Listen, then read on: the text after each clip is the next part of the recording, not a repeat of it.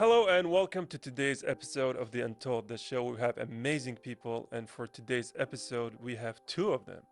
Yeah, we have some aspiring filmmakers who are actually making some short films, Mohammad Usman and Ali Sajulake. And I'm very curious to talk to them because they're still in the beginning stages of becoming filmmakers and yet have already produced some short films. Yeah, and honestly, as someone who's, deep into the love of movies, I'm always happy and joyful to be sitting down with people who are aspiring to become one of those industry leaders, right? To see them spearhead this movement and to actually encourage them and advocate them and to give them platforms. I'm really, joyful to sit down with them and talk to them. Me too. And they're quite young and I think they have so much ahead of them. And the movie that they've made, they've already really tried so hard to do everything in such amazing detail and production. So I'm curious to see how they did it with such limited means so far. Yeah, and for that, we are going to take a break so we come back and sit down with them. And we're back with Ali Sajulake and Mohammad Usman, who are filmmakers. Welcome to the show. Thank you for having us. It's wonderful to have you. So I'm curious, when you were growing up, what was creativity like for you? Did you gravitate towards certain hobbies or things? I did get my inspiration to make filmmaking. Well, it started off from video games actually. Oh, really? Video games? Yeah, because I had a PSP as a kid, and what intrigued me was how much depth and story did these video games have. Like, you almost remember every character, like the villain and the protagonist, the antagonist, and I kind of from there on I actually had like an interest when I was like around 12 or 13 to make video games. So I ended up learning to make world building. I wrote about character profiles, made music, and eventually I transitioned from making video games to making films. So all of those skills kind of like came back to me for my cinematic stuff, and yeah, that's how I ended up realizing that I do have a love for making creative films and stuff like that. I mean, that's really cool. I think a lot of people don't realize how much world building and stories are involved in video games. I only know about it because my brother is a big video game player. I don't really play myself, but some of the stories are so cool. I think Abdullah gets it more though because you play more than, well, I don't play, so Yeah. but you do have played some games. Yeah, I kind of, I'm in the same wavelength as you, Ali, in that, sentence is that video games are like, to me, it's the next evolution of storytelling. There are so many great stories within video games that inspired a lot of people to go on and make, like you said, movies or short movies and everything. But what was the reasoning behind you, Ali? For me, I grew up with writing stories as a kid, so I basically took inspiration from that and decided to make a film. I liked watching films, so I thought, you know what, let's make a film and see how challenging it is. And it is surprisingly very challenging. There's a lot of efforts put into it, so it's a difficult process, and surprisingly, I still made it somehow. And I've made multiple films so far, a lot of short films and a lot of demo reels and stuff, so it's pretty interesting. That's so cool. I mean, personally, I love reading, and I would have loved to have been able to put the books into movies, but I never had the, I guess, drive to do it in the way that you guys went for it, because I think it's totally different putting something to life, like trying to visually produce it versus what happens in your imagination. It's so hard getting all those details right. I'm curious though, how did you guys get together to start filmmaking? To be honest, it was my idea first, and I had no one to share it to, so I told it to Ali. And Ali was really hooked into it. He was like, you know what, let's work into this idea, make it happen. We started around like May 2024, and then after that, we actually made a film. Well, technically, it was me because he was in Malaysia at the time. So I made a film in October 2024. That was my first short film. He was there to do the whole thing behind the scenes nonetheless. Even though he was in Malaysia, he still made efforts into developing the story. And he came back and we decided to make the sin. And yeah, pretty much. And how did you find the process like, going, because a lot of people think that making a movie, even if it's a short movie, they think it's a very straightforward process. Yeah. But it requires a lot of logistics even behind the camera. So how did you tackle the first movie that you made? I put all the efforts into myself. So I wrote the stories, I directed it, I filmed it, I edited it, I did the whole thing myself. Yeah, it was basically one-man production. So I just had the actors, I just had them to act the story. Pretty much that's about it. Yeah. I mean, that's insane. That sounds like a lot of hard work though. It was. What was your first project? I actually started off making videos as a kid you know, I had a YouTube channel, and I used to start off with like gaming and stuff like that. But slowly, as I got more subscribers, I transitioned into making, you know, short films as well. And I mean, to be fair, there is a lot of creative workflow into it. Like, you know, maybe as a viewer, you would see like you look at the end product and be like, okay, yeah, you know, I can make this too. But behind the scenes, the amount of writing and then scratching an idea and then visualizing where could this work in which sort of areas, because in the end you want to always keep your viewers engaged. And I think that's the important part that most filmmakers fail at, because you know, it's very different when it comes to like talking to someone. You know, you can, it's personal, one to one. But when it's a media related stuff, keeping someone's attention is, it's within it. Writing, dialogues, music, everything combines together as like the videos of the film that you make. So, you know, I realized pretty early on that if I want to make a good film, a good short film, I have to master every aspect of it, not just the camera angles, but also the stuff behind the scenes, like writing, the choice of music, and yeah, that's how it was. Well, it's pretty cool that you guys have really delved into all the different sides of it, not just the filmmaking aspect, but you guys do every single thing. Abdullah and I both know this because we're only presenting on the show, but most of the work happens behind the scenes with the team. They're the ones who make the show really what it is, you know? Abdullah and I, at the end of the day, we're just presenting, you know? Yeah, it's a group effort. It's a large participant for group, projects. And I imagine it's the same for movies. A lot of people see two actors. They don't see the 20 person behind the camera. Yeah. But in your case, the one person behind the Yeah. camera. I want to ask you about, because you said it's a lot of techniques that goes into mastering this. And I want to segue that into talking about the masters of filmmaking. Like, do you have any influences between filmmakers, directors that, you aspire to, make homages to them? Yeah, I mean, two of them comes to my mind: Akira Kurosawa and Gareth Evans.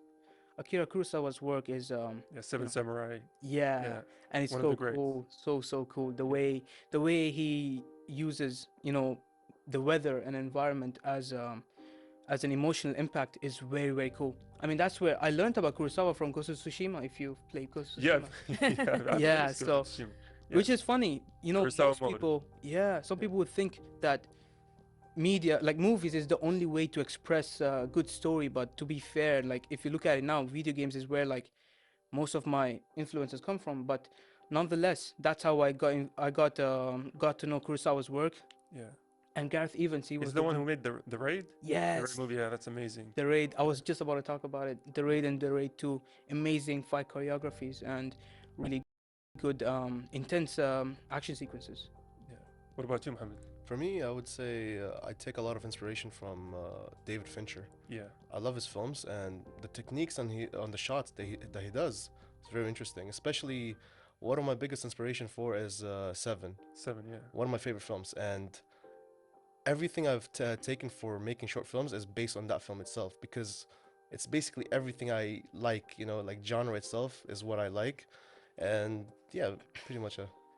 Yeah, he's amazing. I mean, a lot of people don't know how much special effects David Fincher uses. Like, Yeah. he even is such a perfectionist that he even tweaks the amount of trees in the background. Oh, really? Yeah, he's so intricate. So are you like that when it comes to No, music videos? unfortunately, no. It's very hard in Kuwait. That's the thing. Yeah. Trees and great. Well, you get to use the desert, I guess, if you want to. We'll count the sands. Well, that's pretty cool. Are there any other movies that really inspire you guys, or any styles that you're trying to make your movies like? Oh, obviously. I mean, just like I said, the Raid. When I picture like my dream movie, like the project that I want to make and would be really proud of, it would be something close to the Raid, because you know it's surprising because it's an Indonesian movie, and seeing those raw choreography fights and those camera angles, you just can't help but feel like, wow, I want to make something like that too. So maybe one day that's the project I want to make, something related to or in homage to the Raid. What about you, Mohammed? For me, I would say Monkey Man, because that film has a lot of cultural. Is that the Robin Williams? No, the one with Dev Patel.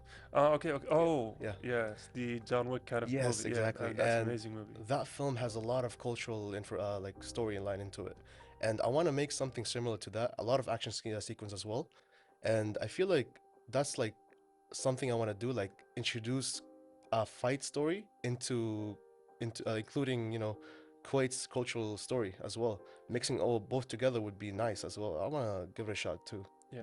And you know, speaking of giving it a shot, obviously you're here as your role as independent filmmakers, and I know you're starting small. So what would you say are the obstacles that are in your way now, you know, in terms of logistics? Let's say, you know, a lot of it stems from like not having actors, because, you know, as an independent filmmaker, you're tight on budget, you're tight on places that you can go to film, and even actors. Most of the actors that we work with is volunteers, and you know they're really amazing at what they do. But most of the times, like if you want to cast someone new, it's just difficult to, you know, get somebody that actually is interested, because most of the time it's not like a paid gig, you know. Yeah. So they just we just try to film with them whenever they can. Schedule is hectic to work with, because we need to find the time that they're okay with and we're okay with, because in the end of the day, this is something we're doing at the side. It's not like a main job, so it's a hobby, you know. It's a labor love sort of situation. And also, I guess you can say like location permits. Like let's say you want to film a scene in an office, not really possible without a permit, right? And usually they wouldn't really give you a permit because you have nothing to show. Like, oh, I'm a filmmaker, what do you post on social media? It just does not work. Well, I think the modern age is a bit different with that. People are slowly getting to the idea that on social media, is a great platform for people to use to kind of showcase their work. Whereas before, it had to be more official things, I think. But I think it's really branching out now. I am curious though a bit more about your background. Like when you grew up and you chose this career, did you have the support at home, like to pursue creative passions, or was it also another obstacle? I mean, no, not really. It wasn't an obstacle, but it's not like my mom and dad were like, you know, huge movie fanatics, nor were they like, you know, expressing like artistic ideas. But I found them by myself, right? So I used to watch a lot of anime, a lot of movies, and most animes also like, you know, take inspiration from like old movies, especially Jujutsu Kaisen. Yeah. Yeah, and that's how I got to know the raid. Because Really? You knew the raid from Jujutsu? yes, which is funny to talk about now, but like it's kind of you know, it shows how much impact does good movies have on like media industry. I remember this one fight scene, Itadori versus Choso. It's identical to the Raid 2's kitchen fight, and seeing how most of the choreographies match, and seeing all that, you know, it kind of made me realize, wow, I might give it a shot at making movies. I want to make something cool, something raw, something that expresses my art style, you know. So at the start, my mom was not really up with the idea of like making movies, because I mean, she wants me to study and become a doctor, and like a doctor and becoming a filmmaker is like very polar opposites. Yeah. So seeing how like showing her my work, she got, you know, she was like, wow, this is actually pretty cool. I support your work and hope you make big. So in the end, she understood, like, yeah. So yeah. I think that's really cool, especially I think once your parents start seeing results and stuff and seeing how dedicated you are, they can't argue against it. True. What about you, for you, Mohammed? For me, I don't think my parents know that I film. Actually, like they don't know I film. That's the thing. So this interview is going to be breaking news to them. yeah, I hope they don't see this. Because See the opposite reaction we have. it's gonna be awkward when I go home and they're like, "Oh, you make films and you didn't tell us." Wow. I'm like, I can't wait to show mom, and he's like, oh, my mom. I hope she doesn't.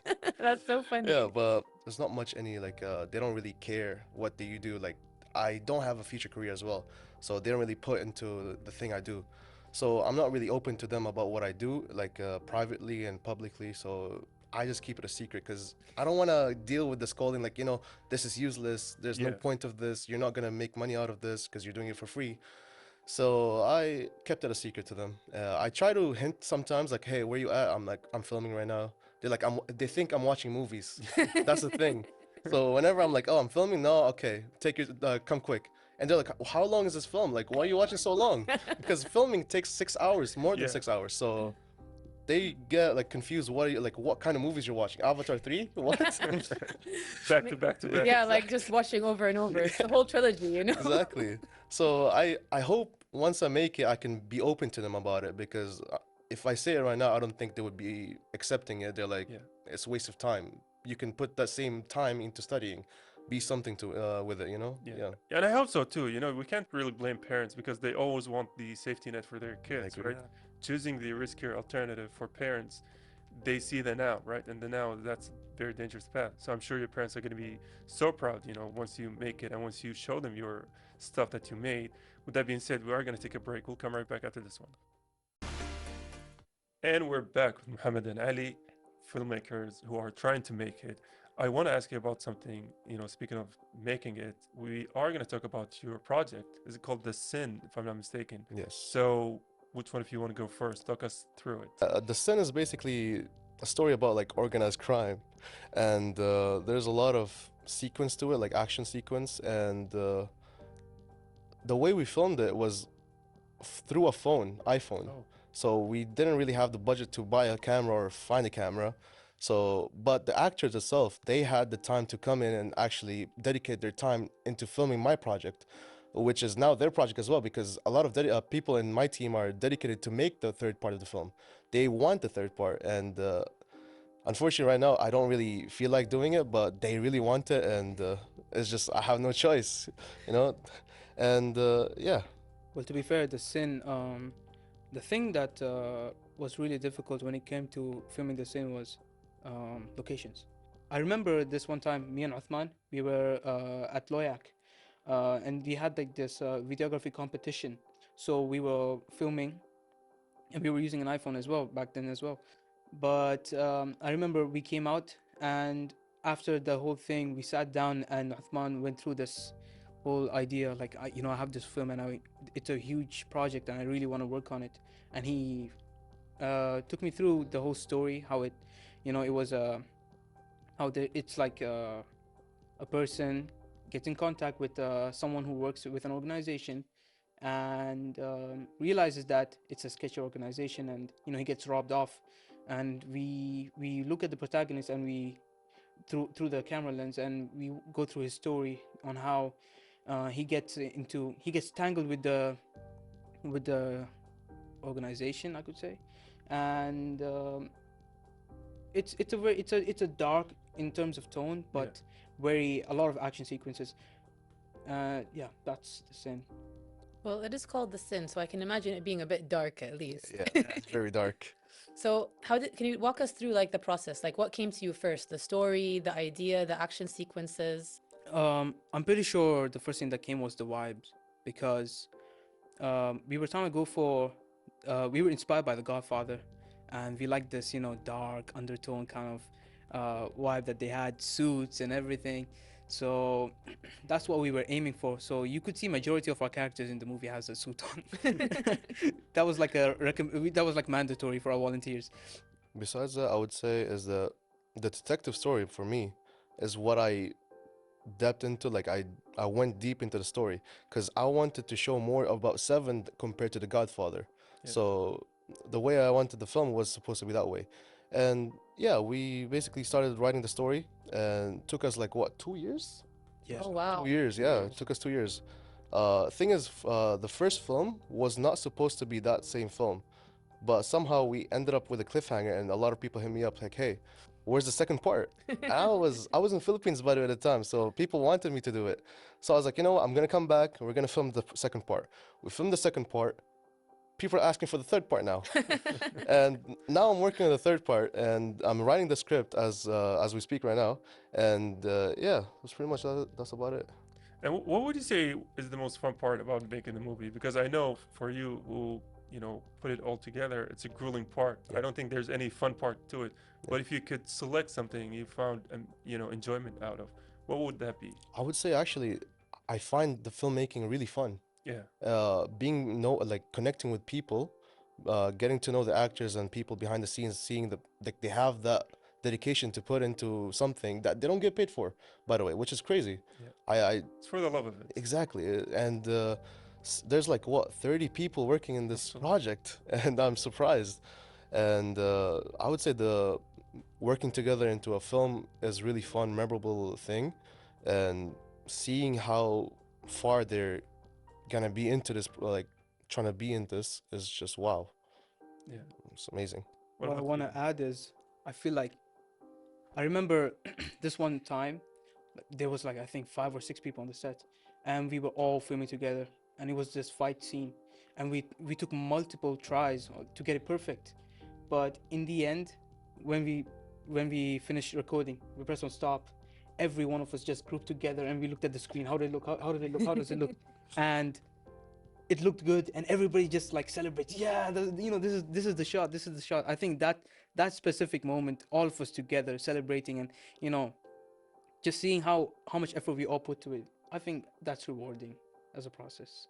No, it sounds very rewarding. And I love the idea that even though these guys are just volunteering, they're with you in the project. Like they're just as passionate as you are Yeah. about it. So they're trying to make it as best as they can. And I think that's really cool. So is it ever hard for you guys to organize things though with this many people?